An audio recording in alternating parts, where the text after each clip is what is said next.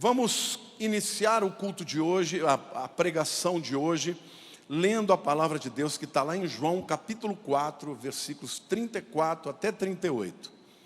E você pode acompanhar aqui no telão. Disse-lhe Jesus: a minha comida consiste em fazer a vontade daquele que me enviou e realizar a sua obra. Não dizeis vós ainda que há 4 meses até a ceifa ou até a colheita? Eu, porém, vos digo, erguei os olhos e vede os campos, pois já branquejam para a ceifa.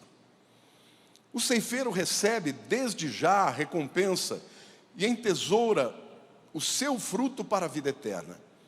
E de Sarte se alegram tanto o semeador quanto o ceifeiro, pois no caso é verdadeiro o ditado: um é o semeador e o outro é o ceifeiro. Eu vos enviei para ceifar o que não semeastes. Outros trabalham e vós entrastes no seu trabalho. A mensagem de hoje, o título é Fé de Outono. E ela inicia, na verdade, com o encontro de 3 pessoas, ou pelo menos de 3 grupos, que representam também os grupos dos nossos dias. O primeiro grupo são os discípulos. Eles tinham ido para a cidade para comprar mantimentos. E quando eles voltam com os mantimentos, eles encontram Jesus conversando com a mulher samaritana naquele poço de Jacó. E eles dizem para Jesus: Jesus, come alguma coisa. Era por volta da 1 da tarde, estava muito calor, e eles fizeram o papel deles. Então, eles falam para Jesus comer alguma coisa. E Jesus dá uma resposta e inicia um outro assunto que parece que não tem nada a ver. Jesus fala: a minha comida é fazer a vontade do meu Pai e cumprir a sua obra. E aí vira para ele e diz assim: olha, vocês dizem que ainda faltam 4 meses para a ceifa, para a colheita, mas eu digo para vocês, levantem os vossos olhos e percebam como os campos já estão brancos. Ou seja, está próximo o tempo da colheita. E a partir dessa conversa é que eu recebi de Deus uma direção para compartilhar com vocês, não só o tema, fé de outono, porque, em primeiro lugar, nós temos que ter na vida um olhar positivo, um olhar de fé.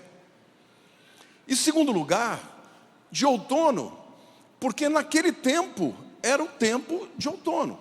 Estava fim de verão, começo de outono. E o outono nós sabemos que é o tempo de colheita. Mas o que eu acho interessante é que este encontro aparentemente casual foi usado por Jesus de maneira extraordinária para nos ensinar lições fundamentais sobre prioridade, sobre cumprir a vontade de Deus. O primeiro grupo ali, representado pelos discípulos, é o grupo das pessoas que estão fazendo o trabalho das coisas do dia a dia, né? Eles foram comprar comida, todo mundo tem que comer, até Jesus tinha que comer. Então, era importante que eles fizessem isso. Mas eles chegam para Jesus e dizem para Jesus: olha, Jesus, dá uma paradinha na sua agenda aí, porque só tem que comer. E aí eles já recebem uma reprimenda na boa, né? Não, a minha comida é fazer a vontade do Pai e cumprir a sua obra. Então, a segunda pessoa aqui é Jesus. E ele nos ensina que na vida, ainda que as coisas do dia a dia, o trabalho, né, fazer aquilo que é necessário, estudar, trabalhar, ganhar dinheiro, trazer o alimento para casa, que é importante, quando comparado à vontade de Deus e a cumprir a sua obra, é secundário. Então aqui Jesus representa Jesus mesmo. E como ele cumpriu a vontade de Deus no passado, ele continua hoje cumprindo a vontade de Deus e fazendo a obra de Deus nos dias de hoje. Amém? E a terceira pessoa ali é a mulher samaritana. Uma mulher perdida, pecadora, uma vida moral destruída, com vários homens, mas uma vida emocional destruída também, e uma vida espiritual necessitando de um Salvador. Então eles representam estes grupos hoje. Quantos aqui já são de Jesus? Bom, então vocês representam os discípulos. Os discípulos que têm que trabalhar, que têm que estudar, que têm que, investir a vida nas coisas desta vida, mas que recebem do Senhor uma direção. Fazer a vontade de Deus e cumprir a sua obra é mais importante. E o terceiro grupo são os pecadores, que continuam aí. Agora, além desses três personagens que eu já expliquei para vocês a quem eles representam, tem a questão do outono. E Jesus, ele manda literalmente que os discípulos levantem os olhos, porque o outono é uma estação pictórica. As coisas mudam muito rapidamente, principalmente nos países, de clima mais temperado. No outono o vento começa a ficar mais fresco.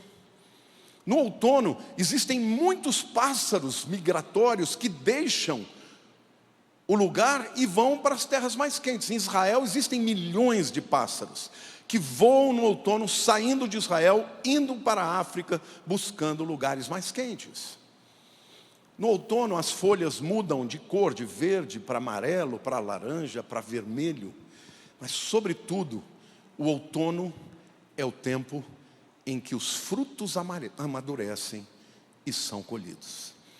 Então, quando eu digo para vocês que o título da mensagem de hoje é Fé de Outono, é porque eu creio que nós estamos vivendo no tempo do outono da história da humanidade. E nós estamos nos aproximando da maior colheita que já foi feita na história do reino de Deus. Colheita de vidas, colheitas de almas. É tempo de colheita, amém? Pode aplaudir o Senhor se você crê.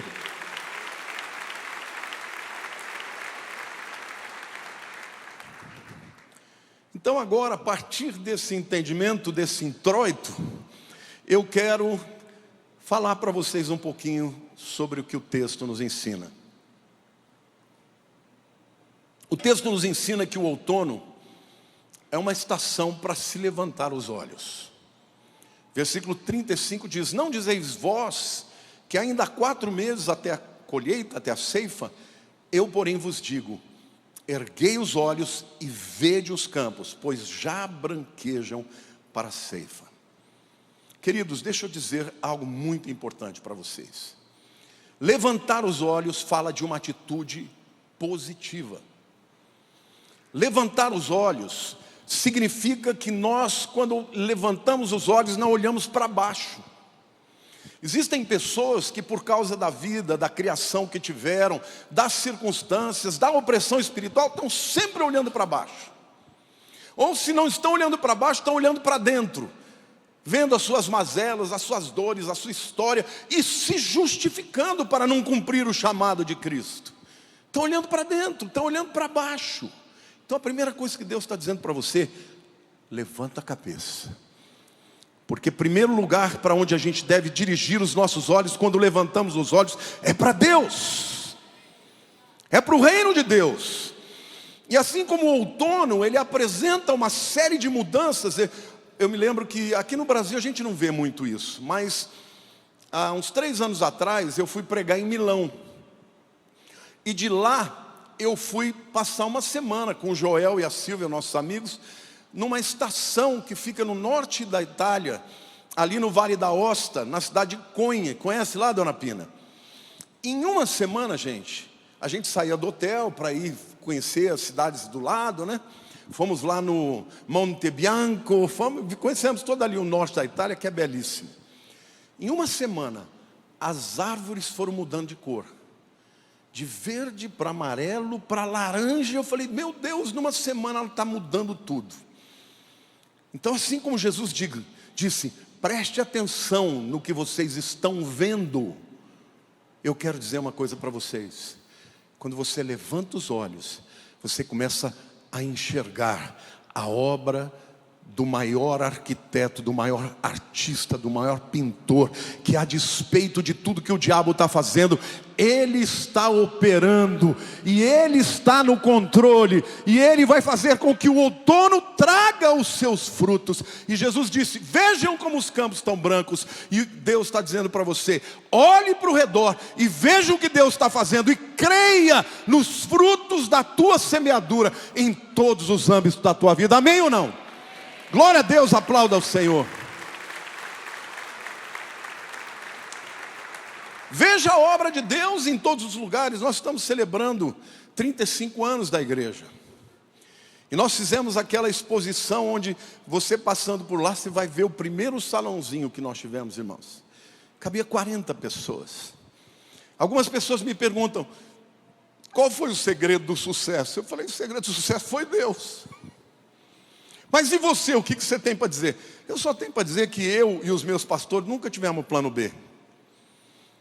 A gente sempre creu que Deus ia fazer. Não sabíamos até onde ia chegar, mas sabíamos que íamos fazer, e que Deus ia fazer acontecer. Então eu quero declarar na tua vida: se você é de Jesus, se você é filho de Deus, se você está envolvido na obra de Deus, a tua semeadura vai trazer colheita. E olhe para o redor e veja o que Deus está fazendo, para crer na colheita e nos campos brancos que estão prontos. Amém ou não? Esse é o tempo do Brasil, irmãos. Todos os analistas de comportamento dizem que até o ano 2050, 77% de todos os cristãos do mundo vão estar no hemisfério sul. Enquanto o hemisfério norte está vivendo apostasia, nós estamos vivendo avivamento e salvação de vida. Então vamos aproveitar, vamos pregar o evangelho, vamos semear, amém? Glória a Deus, aleluia. Então, estamos vivendo um tempo de mudança, de alteração. E é impossível você ver o que Deus está fazendo e não ficar impactado e não crer na grandeza de Deus. O outono deve nos lembrar do amor de Deus e do seu plano. Está chegando a hora da colheita, das vidas, daquela pessoa que você orou por tanto tempo e ainda não se converteu, mas vai se converter, porque quando a obra do Espírito Santo acontece, ninguém impede. Do mesmo modo que o outono é o tempo para amadurecer os frutos, até que sejam colhidos, o plano de Deus no outono da história é amadurecer os frutos, as vidas, para que se rendam diante do Senhor, amém? Então levantar os olhos nos previne de olhar para baixo. Levantar os olhos nos previne de olhar demasiadamente para dentro. É muito difícil você ter uma visão de fé positiva se você focar somente nas suas limitações, na tua história, nos teus pecados, nas suas cadeias, daquilo que você não teve. Tem gente que fica lambendo as feridas a vida inteira para justificar o fato de não estar envolvidas na obra de Deus. E eu quero declarar para você: toda vez que você se recusa a ficar olhando para dentro e reclamando e se envolve na obra de Deus, a palavra de Deus garante: buscai o reino de Deus e a sua justiça em primeiro lugar, e todas as demais coisas vos serão acrescentadas. Olha para o teu irmão de um lado e diz: é tempo do outono, é tempo de colher frutos. Responder ao plano de Deus pela fé vai mudar a sua vida. E muitas vezes, até discípulos de Jesus podem ficar tão entretidos nas tarefas humanas de buscar o alimento, que se esquecem de sonhar com as colheitas que Deus tem para a sua vida. Em segundo lugar, eu vejo que o outono é a estação em que nós devemos olhar para os campos. Diga assim: em primeiro lugar, olhar para cima. Em segundo lugar, olhar para fora. E Jesus diz isso: não dizeis vós ainda que há 4 meses até a ceifa? Eu, porém, vos digo: erguei os olhos e vede os campos, pois já branquejam para a ceifa. Quando as semeaduras dos campos, como por exemplo a cevada ou o trigo, quando ele é plantado, os primeiros ramos são verdes, depois eles vão ficando brancos. E aí, depois de ficarem brancos, vem o tempo da colheita. Jesus disse que já era tempo dos campos estarem brancos, mas eles deveriam olhar para os campos, onde estavam os frutos para serem colhidos. Eu acho lindo quando você olha e vê o que Deus fez. Eu já fui o fruto que alguém investiu. Alguém investiu na minha vida a semente da palavra, e eu fui colhido como fruto. Vocês são frutos de alguém que orou, intercedeu e pregou. Mas dentro de cada fruto tem uma semente, ou muitas sementes, para serem lançadas para uma nova colheita. Então, querido, o que Deus está falando aqui para nós, o que Jesus está dizendo aqui para nós, que nós temos que olhar para fora. A igreja não pode parar de olhar para os campos, porque o Diego, a Alana e o Ramon foram para essa viagem de conhecer igrejas com estruturas extraordinárias, maravilhosas, mas a verdade é que os Estados Unidos estão vivendo um tempo de apostasia. São algumas igrejas que crescem, a grande maioria está esvaziando. Por quê? Porque dinheiro eles têm demais. Porque a estrutura tem demais, mas perderam a paixão, perderam a visão de ganhar pessoas para Jesus. E hoje a Europa já é um continente pós-cristão. E os Estados Unidos, se Deus não fizer alguma coisa com o povo clamando, as próximas gerações serão gerações apóstatas. Mas aqui no Brasil não. Nós ainda estamos vivendo um grande avivamento. Glória a Deus, você pode aplaudir o Senhor e dizer: eu creio.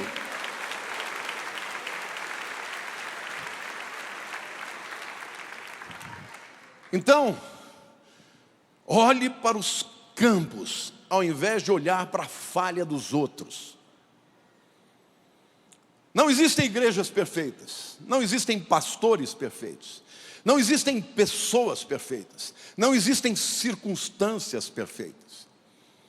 Mas nada disso pode ser uma justificativa para você não fazer o trabalho de Deus que Ele te chamou para fazer. Nós temos um Senhor que é perfeito, então olhe para Ele. Amém? Vamos olhar para aqueles que ainda não conhecem o Evangelho, ao invés de olhar para as nossas mazelas. Vamos olhar para a obra de Deus ao invés de enxergar os defeitos da igreja. O diabo vai querer sempre te apresentar razões para você sair da igreja, para você não se envolver na igreja, para você não fazer o trabalho de Deus. Mas Jesus que te chamou, olhe para os campos, semeie. Ele é perfeito, então Ele pode nos comissionar e o nosso dever é obedecer. Amém? A terceira verdade que eu vejo no texto é que o outono é a estação para se trabalhar pela colheita. O versículo 36 diz: o ceifeiro recebe desde já a recompensa, entesoura o seu fruto para a vida eterna, e de Sarte se alegram tanto o semeador como o ceifeiro. Aqui Jesus está deixando claro que no trabalho agrícola tem o que semeia, tem o que colhe. E eu poderia ainda extrapolar e dizer, depois da colheita tem o que negocia, tem o que vende o fruto. Então, na obra de Deus, existem pessoas com dons diferentes, com chamados diferentes. Talvez você foi chamado para ser um pastor, mas talvez não, você foi chamado para ser um empresário, um trabalhador, um advogado, uma dona de casa. Talvez você tenha sido chamado para trabalhar naquela empresa cujo coração do chefe é duro, e Deus vai te usar para ganhar aquela pessoa. Agora, não importa qual seja o teu chamado é para a glória de Deus, para buscar o reino de Deus em primeiro lugar e a sua justiça, e todas as demais coisas serão acrescentadas. As pessoas gastam tempo demais se preocupando no trazer o pão, como os discípulos, e elas se esquecem que embora aquilo seja importante, óbvio, eles iam fazer isso porque eles tinham que trazer comida, não só para o grupo, mas para Jesus. Mas eles tinham que entender a hierarquia do que era mais importante.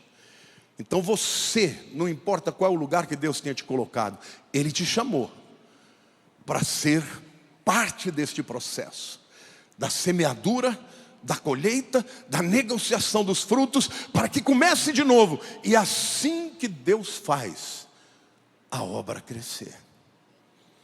Quando eu olho para a história da nossa igreja, eu e os pastores mais antigos, Zé Luiz, Daniel, a gente viu acontecer.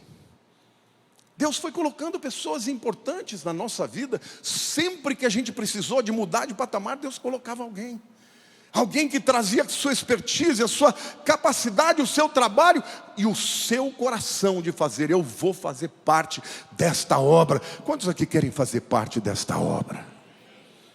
O outono é agora, irmãos. Nós estamos vivendo o outono da história da humanidade. O Evangelho está alcançando todas as nações. E Jesus diz que antes dele vir, não para o arrebatamento, mas na segunda vinda, o mundo inteiro seria alcançado pela palavra. E hoje nós estamos vendo isso acontecer. Então pregue a tempo, a fora de tempo, porque você faz parte dessa colheita. Isso é verdade nos campos de sementes e frutos. Isso é verdade no campo da semeadura e colheita de vidas. Eu quero lembrá-los que os métodos da colheita mudam. Então se adapte. Modifique, aprenda, mas continue desejando ganhar as almas. A nossa família tem fazenda. O meu cunhado, o Cássio, durante algum tempo, muito tempo ficou lá, mas o Ziz é o que está lá mais na fazenda. Então, a gente percebeu a mudança. Meu sogro, quando eu tinha fazenda, teve um tempo das vacas leiteiras. Aí parou de dar dinheiro, ele mudou a vaca leiteira, foi para as vacas de corte. Aí também introduziu, né, a cana. Hoje o estado de São Paulo é todo dominado pela cana. E mesmo na colheita da cana, antes eram os colheitadeiros, né, aqueles que vinham e cortavam a cana manualmente. Hoje é tudo através de máquinas super avançadas. Deixa eu dizer uma coisa para você, no Evangelho também é assim. Houve o tempo das grandes cruzadas de Billy Graham.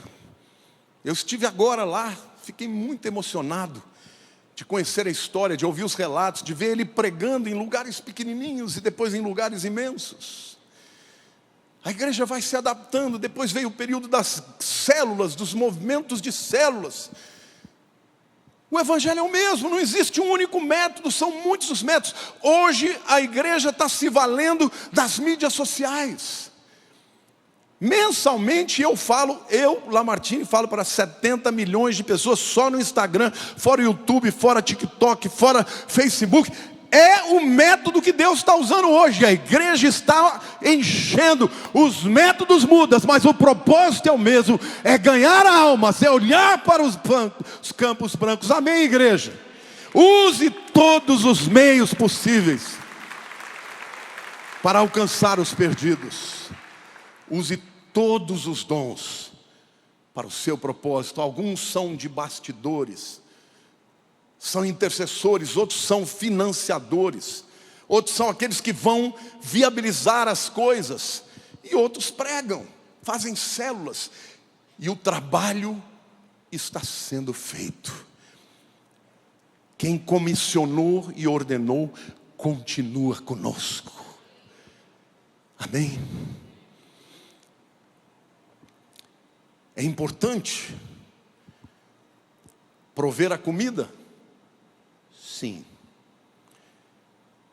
Mas é mais importante você usar de tudo que você tem para engrandecer o reino de Deus. Lembrando que a recompensa, ela é para esta vida, mas é para a vida eterna. Apóstolo Paulo, ele entendeu isso. Ele entendeu que ele não podia pregar o evangelho igual para todo mundo.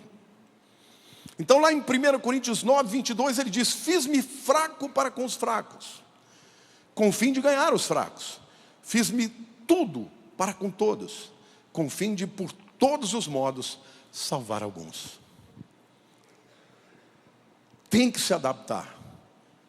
Tem que usar uma mensagem, a mensagem verdadeira e pura, mas com a linguagem adequada. Por quê? Porque o objetivo é ganhar a vida, é arrancar aquela vida do inferno. Jesus estava fazendo aquilo naquele momento.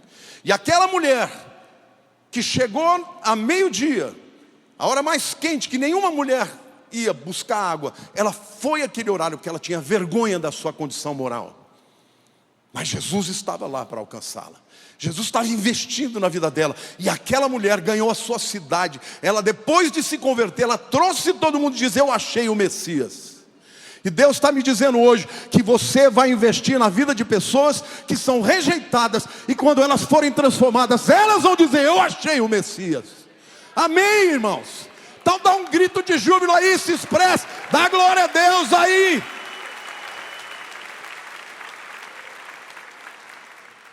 Mas Deus tem grandes recompensas para com os trabalhadores da seara.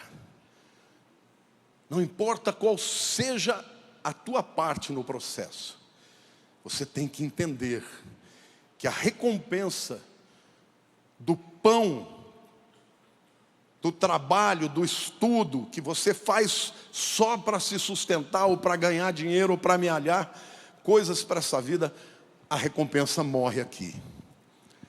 Mas o ceifeiro do reino de Deus, como diz o verso 36, recebe desde já a recompensa e entesoura o seu fruto para a vida eterna. E de Sarte se alegram tanto o semeador quanto o ceifeiro.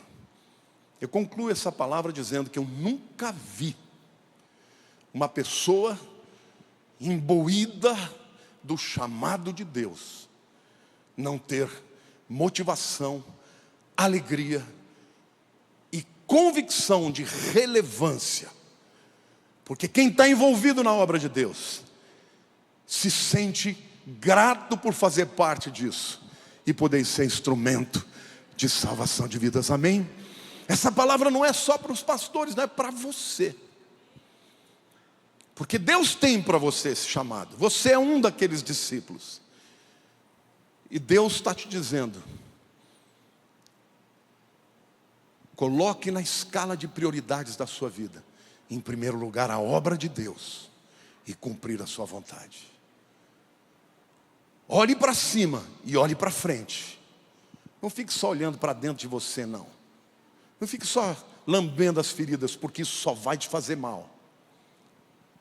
Faça parte desta obra de semeadura e de colheita.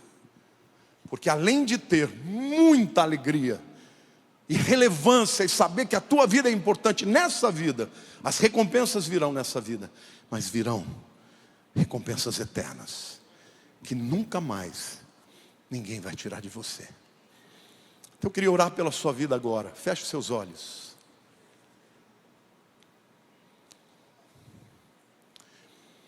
Primeiro eu me dirijo a você, meu querido, minha querida, que veio aqui hoje e que talvez nunca tenha de verdade entregue a sua vida para Cristo. Jesus também comparou a pregação do Evangelho como uma semeadura e comparou os campos como o coração dos homens. Algumas pessoas são duras, não aceitam de jeito nenhum. Outras até iniciam a vida cristã afáveis ao Evangelho, mas quando vêm as lutas, desistem. Mas há aqueles que abrem um coração para a vida inteira. Estes darão frutos para sempre. E hoje, eu sou só um semeador, que vim aqui para semear a boa palavra no seu coração. E se você ainda não teve essa experiência com Jesus, eu quero te convidar. Esse convite não é meu, ele é do Senhor. Eu estou em nome dele aqui. E Ele quer primeiro ganhar a sua vida, para depois fazer de você um semeador também. Alguém que queira entregar a vida para Jesus, o seu futuro, os seus sonhos. Levante a sua mão, eu vou orar por você e com você. Se você entrou aqui hoje sem ter certeza absoluta da tua vida eterna, você não precisa sair do mesmo jeito, porque a Bíblia diz que se você confessar com a boca e crer no coração, você será salvo. Então eu vou orar com você e por você, onde você estiver. Alguém levante a sua mão, se você quer entregar a vida para Jesus. Graças a Deus por essa vida. Há mais alguém? Eu vou fazer o seguinte, eu vou descer aqui embaixo. Se você quer fazer essa entrega, sai do teu lugar e vem aqui hoje, porque hoje é dia de Deus quebrar todas as cadeias e fazer uma nova obra na tua história. Pode vir.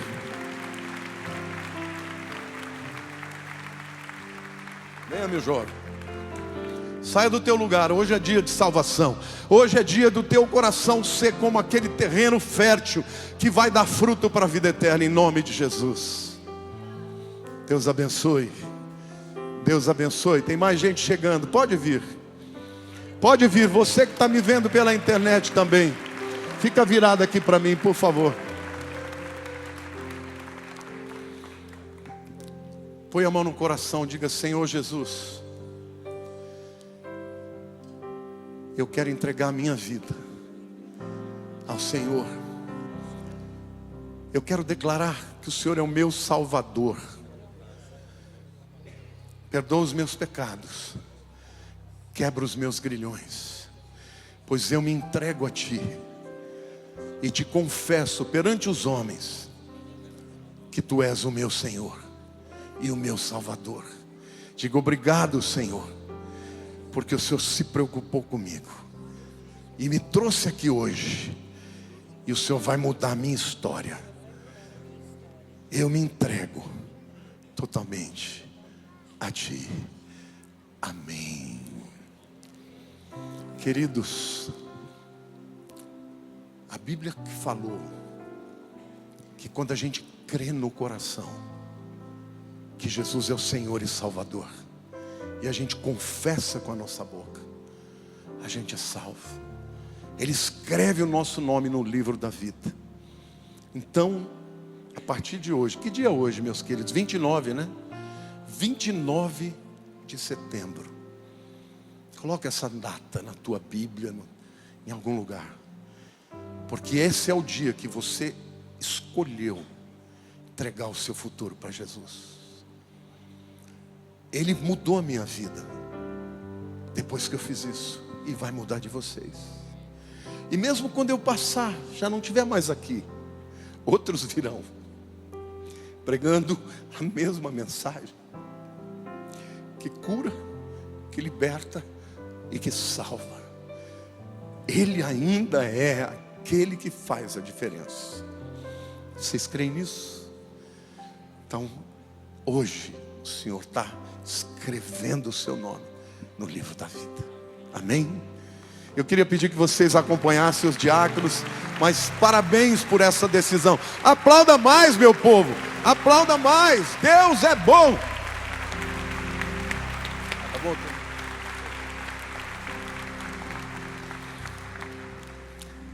Mas eu quero orar por você ainda. Talvez você esteja tão preocupado com buscar o pão, que você não esteja engajado nesse propósito e nesse chamamento. Pastor, mas a minha vida está um caos. Querido, o caos é onde Deus trabalha. O deserto, o lugar de silêncio e de aridez, é onde Deus fala e transforma. Então hoje, se você quer entregar para Deus a sua vida e quer dizer: Senhor, eu quero ter alegria em servir ao Senhor, com o meu dom e com o meu talento, eu quero que você fique de pé. Você não precisa vir aqui hoje não, porque hoje nós temos ainda algumas coisas para acontecer, mas fique de pé no seu lugar. E nós vamos adorar o Senhor com esse cântico. e você vai apresentar sua vida ao Senhor. Você vai dizer: Senhor, eis-me aqui, eu quero viver para a honra e glória do teu nome, cumprindo a minha missão. E a promessa de Jesus é: busque em primeiro lugar, coloque em primeiro lugar o reino de Deus e a sua justiça, e todas as coisas serão acrescentadas. As portas se abrirão, os cadeados serão quebrados, porque o Senhor diz: eis que põe uma porta aberta diante de ti, que ninguém pode fechar. Senhor, nós te agradecemos, porque os nossos olhos, ao olhar para o caos que esse mundo está, eles enxergam além disso. Eles enxergam e sentem, ó Deus, a mudança do tempo, da estação. E é tempo de colheita, Senhor. Os campos já estão brancos. Eu te agradeço, Senhor, porque os teus filhos aqui, todos eles são chamados por ti, para fazerem parte deste processo. Então, Deus, transforma a mente e o coração dos teus filhos, para que eles se lancem com tudo, fazendo parte desta engrenagem, cada um fazendo aquilo que o Senhor chamou para fazer, mas todos juntos, implantando a semente, fazendo parte do reino de Deus. Obrigado, Senhor, porque mesmo quando erramos, o Senhor não desiste de nós. Mesmo quando Deus caímos, o Senhor nos levanta. Mesmo quando o Senhor nos rebelamos, o Senhor ainda espera por nós, como esperou pelo filho pródigo. Senhor, levanta uma igreja, Senhor, cheia de visão, cheia de paixão, Senhor. Ó Deus, tira a venda dos olhos. Tira, Senhor, a fé naquilo que não é perene, naquilo que não vai durar para sempre. Coloca os nossos olhos no eterno, porque a tua promessa é que a alegria será já agora neste tempo, mas os frutos também serão eternos. Obrigado pela tua palavra, obrigado por vivemos numa nação que ainda é permitido pregar o evangelho. Obrigado por fazer parte desse reino, Senhor. Diga obrigado, Senhor, diga obrigado, Senhor, por fazer parte desse reino. Diga: conta comigo, Senhor, em nome de Jesus. Amém.